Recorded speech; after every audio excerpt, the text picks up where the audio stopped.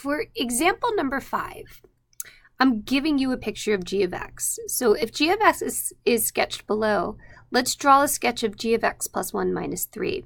So there's no algebra involved in this. I didn't give you any type of algebraic equation. Instead, what I did is I gave you the graph, so I gave you the geometry.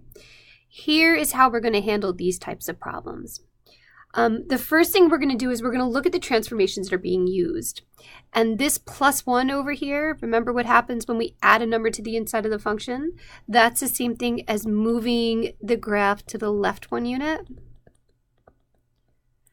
And then remember, if we add or subtract values to the outside of the function, then we're either moving them up or down. In this case here, we're subtracting 3 to the outside of the function.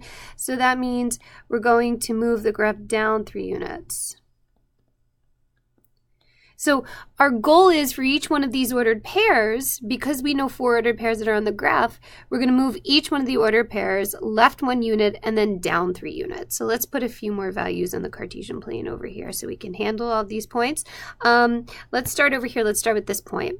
So this point over here, I'm going to move it left 1 unit. So that's going to be here. And then we're going to move it down 3. So 1, 2, 3. That's going to be transformed right here.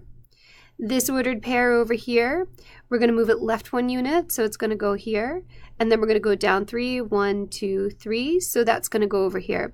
Notice that these are rigid transformations again, so we should have the same shape, just every ordered pair is going to be moved left 1 and down 3.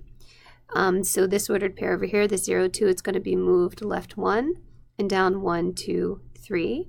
Again, we should have the same shape. Right, so this point is mapped with this point. And then let's take this ordered pair, let's move it left 1 and then down 3, 1, 2, 3.